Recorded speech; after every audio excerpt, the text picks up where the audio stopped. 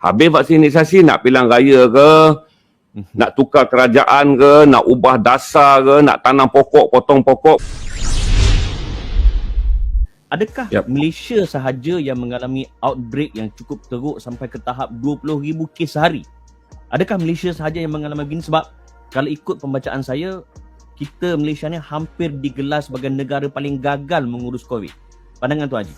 Saya balik kepada fakta dan data lah, Min. Senang. Kalau kita cakap berdasarkan sentimen dan mindset kita ni dengan politik, kita akan terheret dalam perbualan-perbualan yang kemudiannya tak begitu factual driven lah.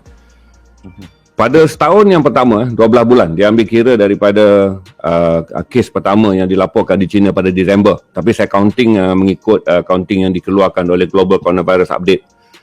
Satu daripada dua platform untuk menganalisis kes corona ni. Kita boleh beritahu pada 12 bulan pertama, iaitu pada 1 Januari hingga 30 hari bulan Disember, dunia hanya menerima 100 juta angka jangkitan. Okey, ini sebelum datang varian-varian yang virus apabila bermutasi dan beralih kepada period varian. Tapi pada 6 bulan terakhir ni, Amin, dunia menerima 100 juta. Berarti ada peningkatan sekali ganda dari segi globalisasi, impak jangkitan global. Jadi ini satu lagi data membuktikan bahawa dia bukanlah angka domestik, iaitu angka Malaysia. Dia adalah angka global. Kerana kita ingat, ini adalah bukan pandemik domestik. Ini bila sebut saja pandemik, orang Malaysia kena faham. Ini adalah satu yang bersifat global.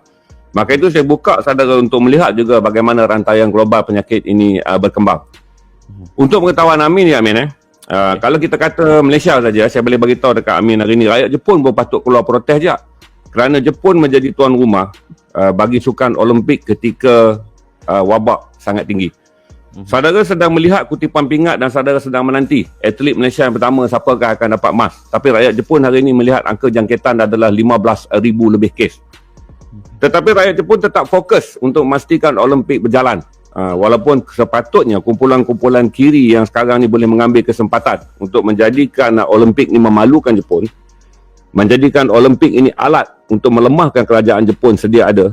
Dengan ketika dunia sedang perhati Jepun ni, parti pembangkang dia boleh ambil kesempatan saja malukan Jepun. Tetapi Jepun committed untuk menganggap bahawa ini bukan caranya.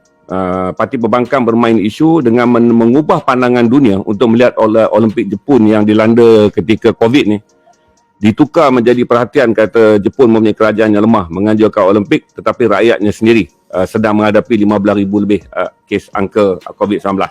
Ini global. Saya beritahu juga pada Amin, India adalah sebuah negara yang parti Kongres sangat berpengaruh.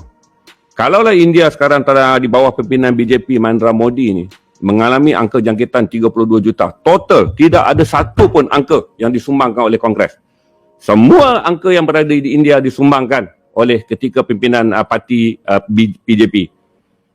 Parti Kongres boleh menghasut rakyat India untuk keluar membuat demonstrasi. Kerana ini peluang untuk menjatuhkan parti Kongres dengan menggunakan isu COVID-19.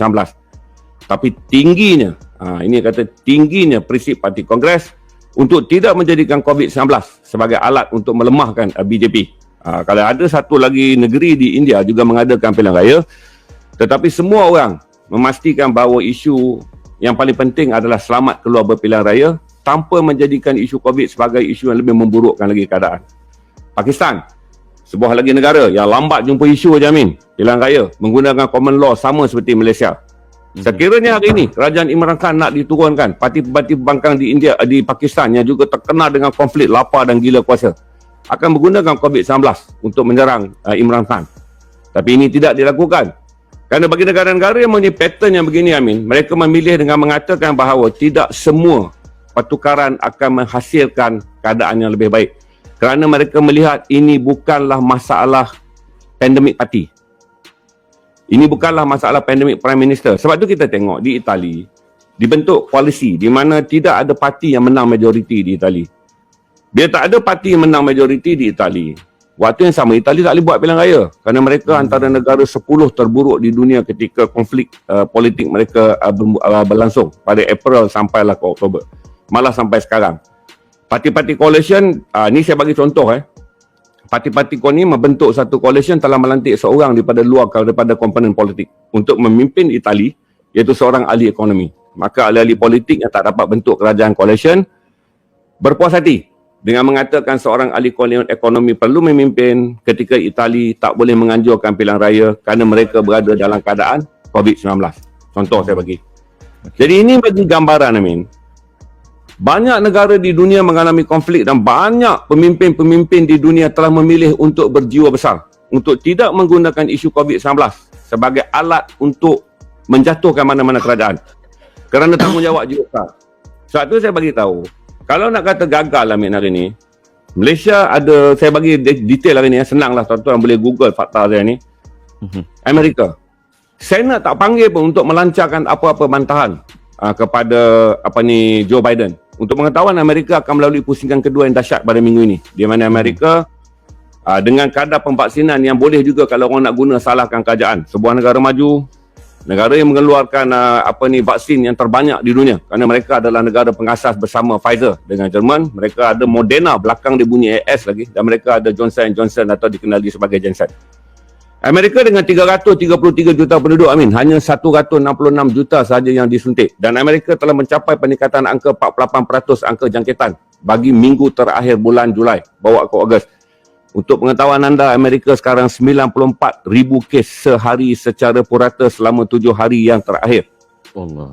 Apakah Capitol Hill tegang ketika Fauci mengatakan minggu ni Amerika akan menunda naik angkanya ke 100 ke 200,000. Capitol Hill tak panggil sebarang persidangan. Capitol Hill tidak mengugut sebarang bentuk untuk menyekat mana-mana bil, kerana memberi ruang kepada Presiden untuk memastikan, kerana masalah Amerika yang pertama adalah ahli politik harus menggerakkan semua jentera negeri bagi membolehkan proses pemvaksinan dan sokongan pemvaksinan berlaku dengan baik. Ini yang dilakukan oleh Amerika, di mana kalau Amin tengok, ada senator yang menganjurkan $100 bagi setiap suntikan. Ada negeri yang menganjurkan siapa yang dah suntik dapat tiket, bila 1 juta orang genap je dalam negeri tu suntik, tiket tu dibukakan, dia ada loteri 1 million. Di mana di Amerika, orang semua bersatu untuk meraihkan usaha yang mereka telah percaya, iaitu exit door bagi penyakit ini adalah suntikan vaksinisasi. Habis vaksinisasi, nak pilihan raya ke, nak tukar kerajaan ke, nak ubah dasar ke, nak tanam pokok, potong pokok 2 tahun dah berbuah ke, ataupun pokok buah dulu baru tumbuh batang. Yang pentingnya dalam perawatan, dunia bersetuju, contohi negara-negara yang berjaya buat exit. Itu saya bagi tahu. Krisis di Amerika dan di London boleh diukur dengan nombor yang baik. London pada 15 hari bulan Julai mencapai angka jangkitan tertinggi 57,000. Dia tak panik. London came, waktu tu ahli-ahli kesihatan, pakar-pakar kesihatan cakap dengan Boris Johnson, jangan buka negara ni, jangan buka negara ni. Boris Johnson seorang ahli politik, memilih ekonomi, dia buka negara daripada 19 hari bulan Julai. Percaturan politik dia tepat kerana vaksinisasi telah tinggi. 2 suntikan mencapai 70% penduduk. 1 suntikan mencapai 88% penduduk. England buka, ekonomi berjalan dengan cantik, angka penjangkitan menurun pada 27%. Ini magic England dengan Amerika. 2 benda yang berbeza. England dia ada produk dia, tapi dia berjaya. England sebabkan dia Moderna AS, dia AstraZeneca adalah England Sweden base. Jadi dia berjaya. Dengan adanya proses vaksinisasi yang tinggi, dia buka negara dia, ekonomi berjalan, angka jangkitan menurun. Amerika menghadapi cabaran, gerakkan rakyat dia lagi. Sebab 166 daripada 333 juta ni adalah angka 50%. Tambah lagi. Sebab tu Anthony Fauci kata, ancaman yang paling besar kepada Amerika sekarang bukanlah ancaman apa-apa. Ancaman yang paling besar, Delta dan Delta Plus akan menyerang mereka yang tak divaksin. Sebab tu dia suruh standby 200,000. Kerana dalam 200,000, 90% yang akan kena adalah mereka yang tak divaksin. Bahawa kalau saya kata tadi nak belagak ni, seluruh dunia patut belagak. Sebab seluruh dunia mengalami pandemik ni. Tetapi saya pilih juga supaya kita melihat negara-negara dunia ketiga yang selalu kita claim sedikit rendah daripada Malaysia. Pakistan ni, Min, bila yang tak demo? Pantang. Bila? India ni bila yang tak? Ni common law yang sama dengan kita.